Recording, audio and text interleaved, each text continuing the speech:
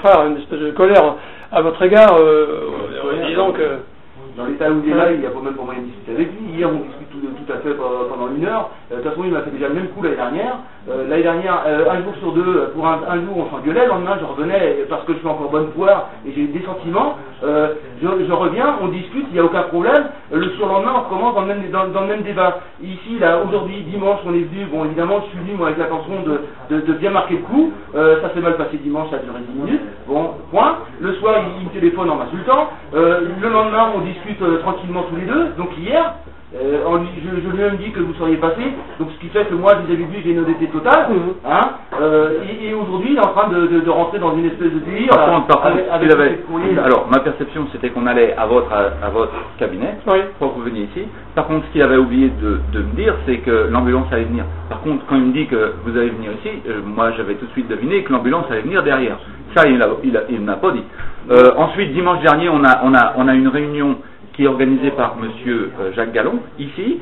Il invite Marie-Léone, Yannick, et puis un autre frère qui est à Brest, qui ne sont pas dans le même état d'esprit que Norbert. Par contre, il n'invite pas Norbert. Il me dit qu'il a une réunion, il veut une réunion pour discuter avec moi. Il ne me dit pas non plus qu'il invite les autres frères. Moi, dans la semaine, j'écris à tous les autres frères, je dis, ben Jacques, il vient dimanche, venez. Alors, il dit, je vous ai... il m'a dit là où il nous a dit tout à l'heure qu'il vous a invité à venir ici dans une honnêteté totale. Là encore, la perception de l'honnêteté totale, elle est confuse et diffuse dans sa tête. Mais bon, qu'est-ce que vous voulez qu'il fasse ? Il vous a dit que le médecin venait quand même. Il m'a dit qu'il voulait m'emmener vous voir. D'accord. Il m'a pas dit qu'il venait ici. Mais enfin, je vais pouvoir quand même éclairer ta lanterne, c'est que le docteur m'a pas dit qu'il aurait fait venir éventuellement, donc ça c'est son initiative. Oui, ok.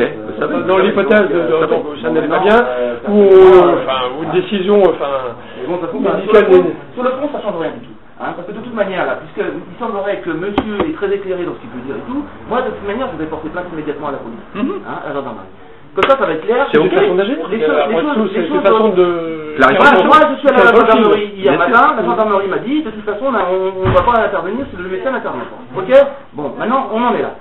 Maintenant, puisque vous aussi, dans l'hypothèse, vous me dites que cet individu-là, il est en très bonne santé, il n'y a aucun problème, moi je suis d'accord, et à partir de là, je porte plainte. Et je ne veux pas être tout seul. C'est très bien. Je ne veux pas être tout seul. Hein.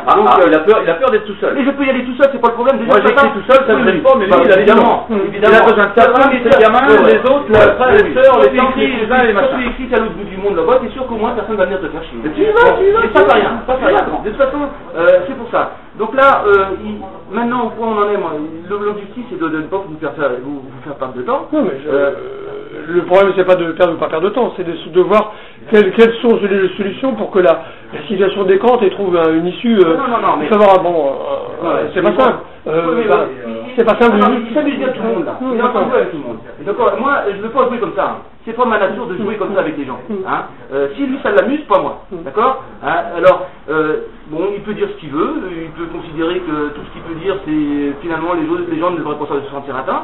Bon, maintenant, moi je me rends compte que finalement tous les gens à qui il a envoyé ce genre de message, tout le monde a été atteint. Bon, je pense que tous ces gens-là, de toute façon, finalement, ce sont des abrutis, hein, parce que finalement, il fallait comprendre, il fallait décoder. Il y a eu même des gens de la mairie, je crois que même le maire de Vitré en a reçu. Enfin bref, tous les conseillers municipaux en ont reçu. Et finalement, tout le monde, qu'est-ce que les gens ont fait? Ils ont pris, quand ils ont ouvert l'enveloppe, ils ont dit merde, qu'est-ce que c'est que ça? Ils ont fermé, ils ont mis ça dans un coin. D'accord? Bon, maintenant, je pense que quelqu'un qui est dans une société dite, puisque finalement la société elle n'est pas aussi bien qu'elle voudrait que lui soit, je pense qu'elle a quand même certaines valeurs. Il y a quand même une majorité de gens qui sont en contradiction avec ce que lui peut dire et écrire. Donc moi, à partir de là, de toute manière, si on n'est pas d'accord sur le fait que monsieur n'est pas en état normal, c'est qu'il est en pleine conscience de ce qu'il dit, et s'il est en pleine conscience de ce qu'il dit, moi je vais voir les flics tout de suite. Ce que monsieur Jacques Gallon dit, c'est qu'il agit parce qu'il y a une majorité de gens qui sont en contradiction avec ce que je dis, pas parce que son système de valeurs de croyance est en contradiction avec ce que je dis, parce qu'il y a d'autres cowboys derrière qui sont en désaccord avec moi, donc il peut avoir une masse avec lui. Voilà, mais dans la vie, il faut savoir qu'il y a toujours un moment pour commencer les choses, il y a toujours un moment pour les finir. Hein, et moi j'estime qu'au bout de 3 ans, ça fait beaucoup trop. Hein, parce que pour mettre 3 ans à raconter autant de conneries, là, on a largement dépassé toute limite possible. D'accord ? À ton point de vue, à ta perception, mais c'est mon point de vue. Ça baigne. Bon, maintenant, si ça c'est pas le cas, ça veut dire qu'on est parti pour une nouvelle série de 3 ans. Donc, moi, je préfère qu'on s'arrête maintenant. Mais tu peux aller voir les flics si tu veux, et puis ils vont te justifier, puis comme ça, tu vas être satisfait. J'attends que le médecin me dise ce qu'il a l'intention de faire. Ouais, son affaissement est clair. Après, c'est bon, je fais le nécessaire derrière. Monsieur n'arrive pas à lire entre les lignes, c'est ça son problème.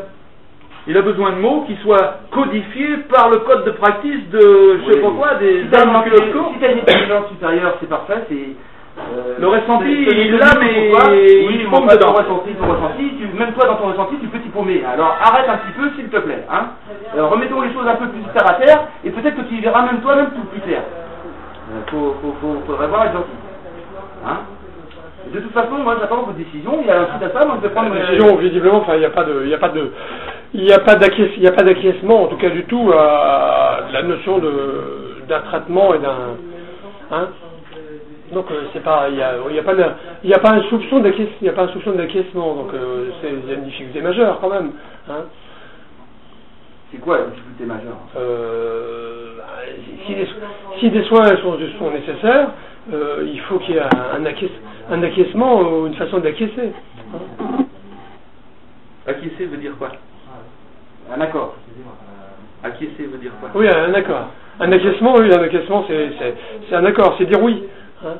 Donc, apparemment, vous avez dû. Alors, vous avez l'impression que tout baigne, tout va bien. Pas du tout. Tout baigne pas du tout. Je suis le premier de ma famille. J'ai un trauma majeur qui m'est foutu sur le dos entre 0 et 6 ans, qui est que tous les mâles de ma famille sont allés à la guerre. Je ne le sais pas jusqu'à il y a 3 ans. Et il y a 3 ans, ma maman, il y a 8 ans, mon papa meurt.